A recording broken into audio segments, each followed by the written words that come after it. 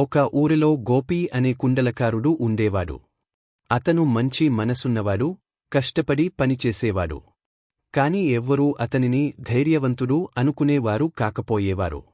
ఒక రాత్రి అంధకారముగా ఎడతెరపలేని వానలో గోపి బజారు నుండి తిరిగ వచ్చాడు. తన పాలు ఇచ్చిన వెధవను గాడిద దగ్గర కట్టాలనే ఉద్దేశంతో బయటకి వచ్చాడు.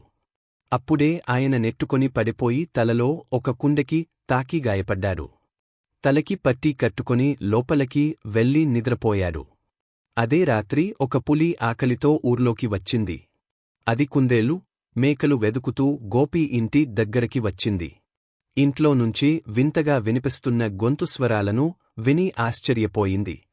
గోపి నిద్రలో గోల చేస్తున్నాడు. ఏహో, మోసగాడివి! నన్ను నొప్పేస్ను. మళ్ళీ వస్తే నీ కుండీలా నిన్ను పగలగొడతా.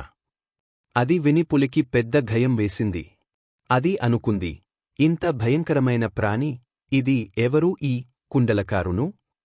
పులుల్నే పగలగొడతారట. దెబ్బకు పులి పరుగు తీయడం మొదలుపెట్టింది. నేరుగా రాజభవనానికి వెళ్లి రాజుగారికి చెప్పింది.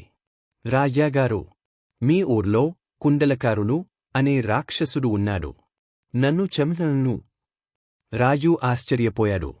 ఒక కుండలకారుడు పులిని భయపెట్టాడా? వెంటనే గోపిని పిలిపించాడు.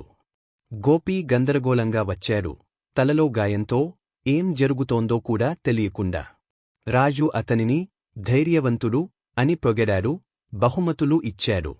అంతేకాదు, అతన్ని రాజ్యానికి సైనికాధ్యక్షునిగా కూడా నియమించాడు. గోపి మాత్రం జీవితాంతం ఆశ్చర్యంతో జీవించాడు.